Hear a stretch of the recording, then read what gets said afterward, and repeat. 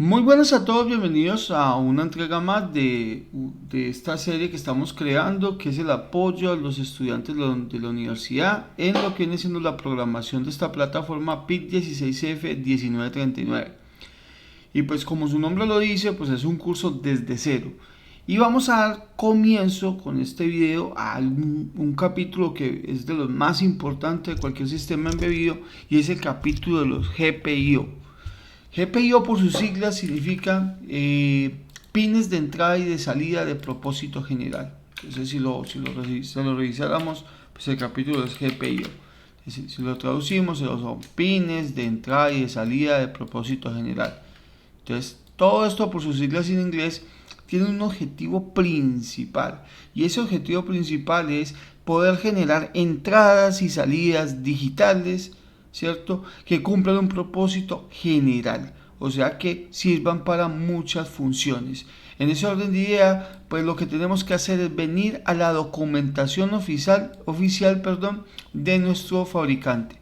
Vamos a abrirle la hoja técnica que es el datasheet y posteriormente vamos a venir acá al capítulo 12 donde hablaremos un poco de los IO, que son entradas y salidas. El microcontrolador en mención, el que vamos a estar funcionando, contiene una documentación por demás interesante. Nos está diciendo en esta tabla que él contiene algo que se llaman puertos y tiene desde el puerto A hasta el puerto E, o sea que tiene en total 5 puertos. Además de eso, me está diciendo que cada puerto contiene 3 elementos sí o sí, que son el tris, el por y el lat. Que el primero en mención, que es el tris, es el que nos permite configurar cuando los pines de propósito general son de entrada o son de salida, y a eso lo llamamos la data direction. Que el por nos va a servir para leer datos o niveles lógicos en el dispositivo, y que el lat nos va a servir para mostrar información para generar una salida. ¿Listo? En este orden de ideas, entonces los propósitos de tris es configurar, el de puerto es leer y el de lat es escribir. Son 3 registros que nos tenemos que aprender. Algunos puertos, dependiendo si contienen o no ciertos recursos del microcontrolador, van a tener algo que se llama ANSEL y van a tener algo que se llama WPU. Es un tema que estaremos trabajando más a fondo, pero básicamente los pines donde va a decir ANSEL son aquellos que tengan alguna disposición analógica en su GPIO. Para que usted entienda un poco mejor, vamos a abrir acá una simulación rápidamente y vamos a explorar este microcontrolador. Este microcontrolador tiene los puertos que hemos mencionado: puerto A, puerto B, puerto C, puerto D, y no se ve, pero acá está el puerto E. Entonces, en este orden de ideas, observemos los pines del puerto RA0 a N0 como tal. Está diciendo que esto es digital y esto ya es analógico. Digital y es analógico. Y así tenemos varios pines, varios puertos del microcontrolador y otros que no lo contienen, como por ejemplo lo es el puerto C. El puerto C no tiene disposición analógica, simplemente tiene RC0 y no tiene nada analógico. ¿Eso qué significa? Que posiblemente este puerto no contenga ANSEL. Él no necesita porque no tiene nada analógico. ANSEL C no debe existir. Entonces, en este orden de ideas, vemos que aquí hay una letrica X. Esa letrica X es porque hay que cambiarla por A, por B, por C, por D, por E, si necesitamos o estamos trabajando alguno de los puertos en específico. Aquí, como se dan cuenta, las siglas significan análogo select. WPU significa como el wake up de pull up, los wake pull up, que significa, y básicamente estos wake pull up nos van a permitir trabajar circuitos internos en una configuración muy específica que se conoce como las resistencias de pull up, y de eso hablaremos más adelante, ya sea en este video o en un video que haremos a posterior. Entonces, en ese orden de ideas nos dice lo siguiente: nuestro dispositivo tiene el 1939 5 disposiciones de puerto. El 1933, 1934 pues ya no tienen tantos, ya tienen solamente 3 puertos. El 1938 tiene 4 porque no tiene puerto D. Entonces eso también depende de la referencia al microcontrolador y sobre todo el tamaño que tenga. Si es de 40 pines, si es de 43 en encapsulado SMD, si es de un microcontrolador de 28 pines o si es de 8 pines o demás. O si es de 16, no sabemos. Todo lo mencionado anteriormente se describe mejor en este tipo de gráficos. Acá donde nos muestran la distribución de cómo funcionan los pines de un microcontrolador. Entonces este que dice aquí pin y O son por donde van a salir datos, pero también por donde van a ingresar datos. Nosotros tenemos que tener claro que por acá pueden entrar o salir información. Y aquí muy importante, que no lo deben de mencionar en algún lado, no precisamente en este capítulo, pero por favor, la información que le vamos a sacar acá no puede ser mayor de 20 mA. Tiene esta pequeña limitación. Recuerden que un microcontrolador es como un pequeño equipo de cómputo con prestaciones muy limitadas. Y las prestaciones es que ellos vienen diseñados para no soportar mucha corriente. En este caso máximo 20 mA. Y básicamente todo mundo funciona aquí. Entonces, cuando usted hable de ingresar corriente, pues tenga la certeza de que no le ingresen más de 20 mA, pero también tenga la certeza de que no le ingresen, perdón, que usted no le exija más de 20 mA. Entonces, importantísimo dato, si yo le coloco más de esto, lo voy a quemar. ¿Eso qué implica? Que si yo aquí conecto un motor, pues posiblemente estos pines se malogren porque por acá mínimo van a salir 100 mA, 200 mA o 500 o 1 amperio o 2. Entonces esto lo que vas a hacer es que se nos queme o se nos malogre en nuestro microcontrolador. Entonces usted dirá, ¿no se puede conectar un motor directamente a un microcontrolador? Y la respuesta es no, no se puede. Pero se puede manipular motores desde un microcontrolador a través de algo. ¿De qué?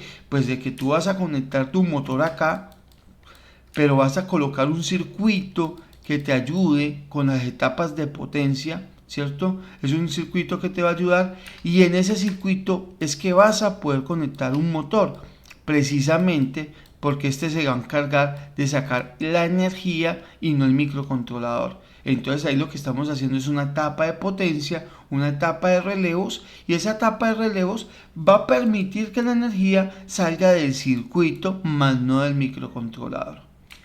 Asimismo, entonces explicaremos esto. Cuando tenemos esto, significa que cada pincito del microcontrolador, o sea, este o cualquiera de los que está aquí mencionados, posee o contiene cada uno de estos circuitos aquí en mención. Y acá se describen lo que decíamos anteriormente. Tenemos lo que es el LAD y el POR, tenemos lo que viene siendo el TRIS, como lo pueden ver acá, y podemos ver entonces que aquí está el bus de direcciones y que la información que ingresa es una información que la podemos leer o incluso es una información que va a ir conectada a los periféricos como tal, y que el análogo select me va a permitir en algunos momentos, ¿cierto?, tomar la decisión si ingresa el dato de forma digital o no. Asimismo, entonces vamos a explicarlo rápidamente. Cuando nosotros vamos a generar una salida, el que genera los estados lógicos de 1 o de 0 es un latch tipo D. Como se pueden dar cuenta, entonces nosotros lo que tenemos que hacer es producir aquí en la salida Q, ya sea un 1 o un 0, no importa, y este va a poder salir directamente hacia la salida. Entonces, si observamos el flujo de información, él debería ser capaz de llegar aquí. Lo único que necesita para poder llegar es que el tris se lo permita. O sea, este tris se cierre o haga un puente entre él para que este 1 o este 0 se vea reflejado en la salida. O sea que este circuito se encarga de visualizar o mostrar la información que vamos a obtener en la salida. Pero entonces, para que esto que está acá se ejecute, o sea, se una o sea un puente, nosotros necesitamos configurar el tris. Por eso esto se conoce como un bit de configuración de data direction. Significa que el dato o sale o el dato entra. Entonces, cuando el dato queremos que salga, que queremos que haga el puente, pues entonces tenemos que activar este tris. Y este tris precisamente lo tenemos que habilitar colocando el estado de activación. Como tiene una lógica negada, entonces tenemos que colocar un 0. Significa que cuando tris es igual a 0, entonces él cierra un puentecito acá y nos hace posible que el 1 que teníamos acá, entonces se vea visualizado ¿en dónde? En la salida. De esa forma, entonces, él genera la lógica y con el tris bien configurado, pues vamos a poder observar ese cambio de estados. Si después de un tiempo yo cambio ese 1 por un 0, pues no pasa nada. El camino ya está construido, estamos teniendo un reflejo en la salida de lo que está pasando en el latch del microcontrolador. Por el contrario, cuando yo coloco aquí un 1, pues entonces lo que está haciendo él es que me está dejando un camino completamente abierto. Por lo tanto, aunque tenga un 1 o un 0, esa información jamás se va a ver reflejada acá, nunca va a llegar. Y es precisamente por eso, porque imagínense el problema tan grande que tuviéramos donde ingresáramos un 0 lógico acá y colocáramos un 1, sacáramos un 1 y esto estuviera cerrado, pues estaríamos haciendo un corto. ¿Por qué? Porque estoy colocando a nivel de voltajes, estos son 5 voltios, y a nivel de voltajes esto es 0 voltios, o GND. Entonces usted está uniendo 5 voltios con GND y pues eso es un corto. Entonces por eso es muy importante que cuando nosotros vamos a trabajar entradas de información, pues deshabilitemos el tris. Entonces así, aunque esto esté en 0 o esté en 1, no importa mucho porque por acá no va a llegar o no se va a reflejar la información. Lo que sí se va a reflejar la información es que acá va a llegar la información que me ponga el usuario, ya sea 0 o ya sea 1. Y esa información, si yo la tengo habilitada, pues se va a ver en el bus de datos y se va a ver reflejado en el puerto, que es donde lo vamos a leer realmente. Este registro es donde lo vamos a leer. O sea que ahí podemos obtener los estados lógicos del microcontrolador como nos lo está dando el usuario. Posteriormente a eso, lo que tenemos que tener en cuenta es que también podemos leer las LAT, porque muchas veces me hacen esta pregunta: ¿usted por qué lee con LAT si LAT es de escritura? Y aquí es donde es muy importante. Una cosa es leer cuando esa entrada toca con puerto sí o sí, pero cuando yo configuro esto de salida, o sea que la información está saliendo en este sentido, pues no hay ningún problema. Tenemos una forma y podemos leer el LAT en cualquier momento, lo podemos leer, pero este LAT me está arrojando la información del flip-flop, o sea, el estado lógico en el que yo tengo activado el sistema. O sea, si yo tengo el 0 o lo tengo en 1, yo puedo realimentarme, porque si ustedes se dan cuenta que hay una realimentación de la información, entonces yo puedo leer lo que tiene el flip-flop. Lo que no puedo leer es lo que me dice el usuario. Cuando el dato es de entrada, cuando el dato llega aquí, nosotros solo podemos leer los datos si lo leemos por POR. No hay otra forma en que nos podamos conectar a este pin de entrada y salida. Entonces, la única forma o las lecturas que tú haces con LAT o puedes hacer con LAT son las que tienen el mismo flip-flop interno, más no las entradas y salidas que tenga. En ese orden de ideas, pues entonces hablemos un poco más de los puertos ya para finalizar el video. Los puertos de este microcontrolador pues tienen una notación y un resumen. No voy a entrar en detalles, pero sí sería muy bueno que lo revisaran. El puerto A tiene en total 8 pines de distribución. ¿Qué significa? Que es un puerto completo. Como es una arquitectura de 8 bits, pues tiene 8 pines de distribución y eso está genial. El asunto es que el puerto A es uno de los puertos más cargados de propósito en periféricos, porque también cumple funciones de analógico, de comparadores, de referencias y demás. Entonces, acá se hace una breve descripción de las funciones que debe cumplir este puerto. Todo lo que se llame así, RA0, RA1, RA2, hasta RA7, son funciones propiamente de GPIO. Pero asimismo, también tiene otras funciones, como por ejemplo, RA0 es analógico, RA1 también. Y asimismo nos hacen pues como una breve descripción, aunque yo siento que acá se quedaron cortos. Hay que tener en cuenta que los pines RA6 y RA7 es donde se conecta el oscilador del microcontrolador. Posiblemente si tienes oscilador externo, pues no cuenta con estos pines, porque ya lo estás utilizando para conectar un oscilador. De la misma forma, pues posee la descripción de los puertos. El puerto A hace referencia precisamente a que podemos leer los estados lógicos de todos los pines del puerto, desde RA0 hasta RA7. En el puerto, en el tris A, significa que podemos configurar todos los pines del puerto, desde tris 0 hasta tris 7, significa que desde el pin 0 hasta el pin 7. En el LAT A significa que podemos escribir en todos los pines del puerto, desde el pin 0 hasta el pin 7 y con la palabra LAT. Y asimismo tenemos un ANSEL, pero como se observan, los ANSEL aquí ya no están disponibles en todos, sino simplemente 6 pines, desde el pin 0 hasta el pin 6, pin 5. Significa que solamente estos pines contienen analógicos. Seguramente el pin 6 y el pin 7 no lo contienen. Si vamos por ejemplo al Proteus para ayudarnos un poquito, pues nos damos cuenta que sí, efectivamente no tienen ningún análogo select, no tienen ANX, cosa que sí tiene RA5, RA4, RA3, RA2, que todos tienen aquí una condición analógica. Entonces en ese orden de ideas, pues nosotros debemos entender entonces que no todos los pines son analógicos, sino que hay algunos que sí y otros que no. Y siempre será el registro ANSEL el que nos diga cuáles son. Seguimos entonces revisando. Aquí es muy importante tener en cuenta lo siguiente. Por acá nos regalan unas notas que dice nota 1. Esa nota 1 hay que tenerla en consideración cuando leemos toda esta documentación, porque aquí el puerto A tiene una nota que se llama nota 1. Y esa nota 1 que ustedes ven acá, al final nos va a decir lo siguiente. Nos va a decir que esto pues también tiene que estar relacionado o corresponde cuando es una entrada analógica, hay que también corresponde pues configurar el tris básicamente. O sea que aunque sea analógico, aunque sea un periférico analógico, de todas formas hay que configurarle su tris.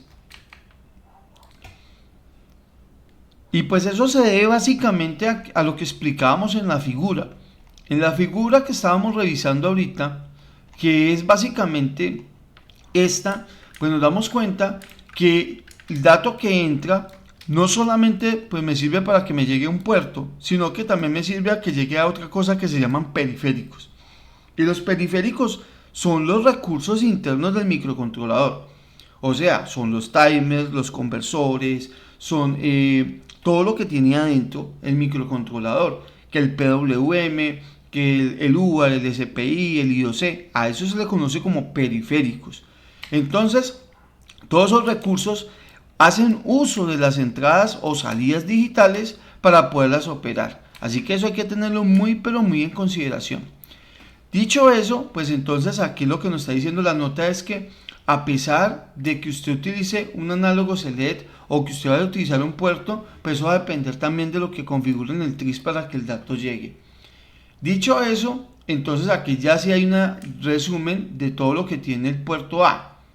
Entonces, el puerto A está relacionado con los registros ADCON, con los registros ANSEL, con APFCON y con todo lo que ustedes ven acá. Esos son todos los registros que tiene relacionado el puerto A. Es más, acá hay uno muy pero muy importante que se llama WPU Enable, este que está acá. Pero este no pertenece al puerto A. Pero este registro que se llama Option Rec es uno de los más importantes y siempre vamos a estar trabajando con él. Es un registro netamente de timer. Este es un registro que se utiliza en timer, si mal no estoy en timer 0. Y entonces acá podemos configurar cosas muy interesantes. Seguramente en el puerto A, como tiene entradas para timer 0, seguramente este pin le pertenezca. Para que usted lo entienda, pues significa que esto debe tener algún pin donde entra la información de timer 0 y es precisamente RA4, este de acá. A veces van a llegar pulsos o señales y esas señales las va a recibir el timer 0, pero si yo quiero que lleguen externas, tiene que entrar por RA4. Entonces todo esto es muy importante tenerlo claro. Seguimos revisando. En el puerto B pasa exactamente lo mismo que en el puerto A. Tenemos una serie de distribución de pines, pero adicional a eso tenemos algo que son las wake pull-up. Significa que este puerto tiene resistencias de pull-up que se pueden configurar. Entonces es un tema que vamos a ver. Ya sé que este video no va a ser porque está muy largo, pero va a ser en el siguiente video donde expliquemos los estados lógicos de un microcontrolador que son pull-up y pull-down. Y ahí vamos a entender que esto ya tiene un circuito interno que nos permite acceder a ellos. Además de eso, tenemos las interrupciones por cambios de estado, las famosas IOCB. Estas interrupciones por cambios de estado precisamente nos sirven para detectar cuando un sensor ha cambiado de estado, o cuando un pulsador o cuando un sistema electrónico ha cambiado de estado.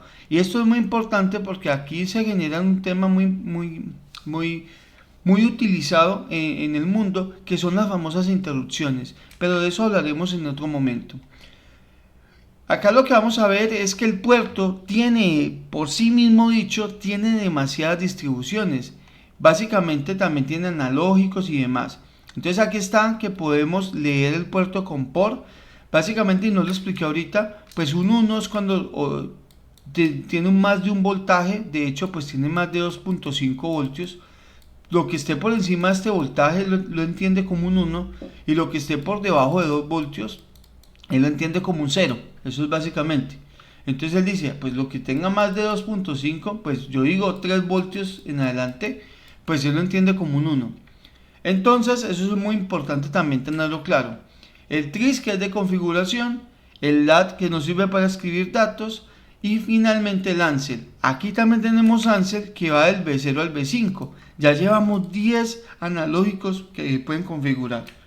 Además de eso, tenemos algo que se llama las WPU, que son las resistencias de pull-up del microcontrolador. Esas resistencias de pull-up del microcontrolador pues están en todo el puerto B. Mire, desde el pin 0 hasta el pin 7 están en todo el puerto B. Cuando las coloco en 1 se habilitan, cuando las coloco en 0 se apagan. Pero hay una nota, y la nota es la siguiente: cuando queremos funcionar con estas resistencias de pull-up, tenemos que habilitar en el registro Option Reg, que les mencionaba anteriormente, este pin de acá, que es muy importante. Esto significa como habilitar las resistencias de pull-up, las wake pull-up. Entonces esto es muy importante que lo tengan en consideración.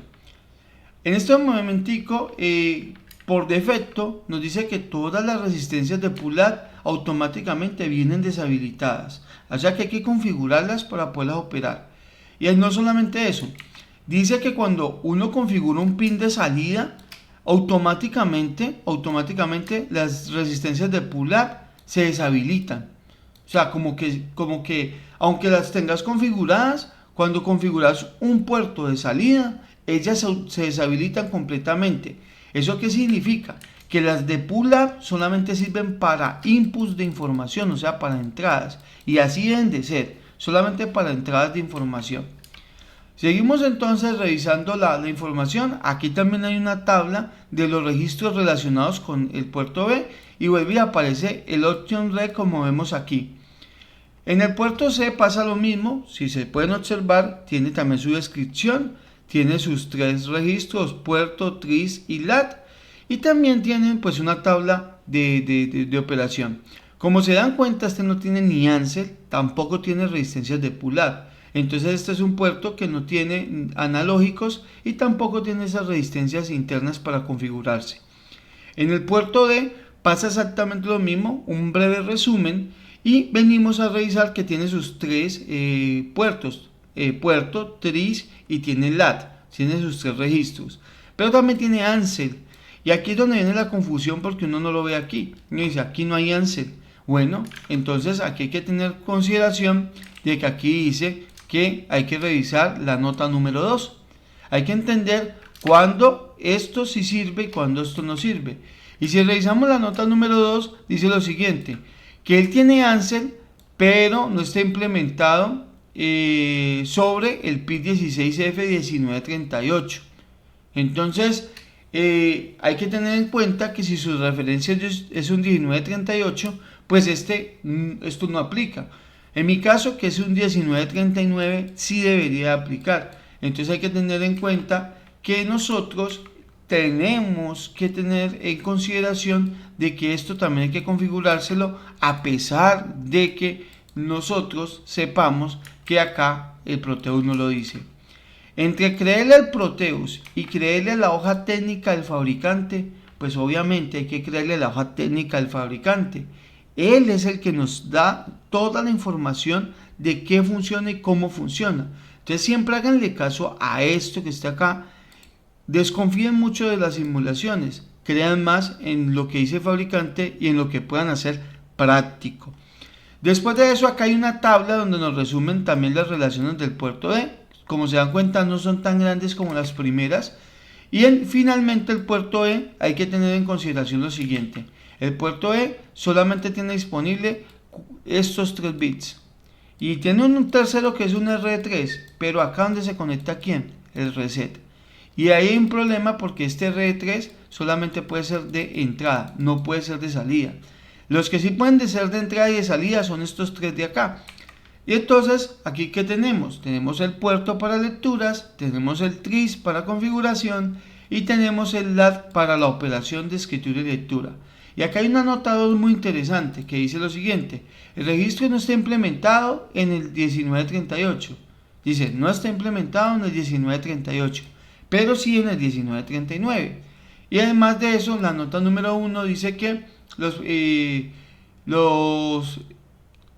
el puerto automáticamente corresponde al LAD-E, o sea que nosotros podemos escribir directamente desde el puerto hacia ese elemento.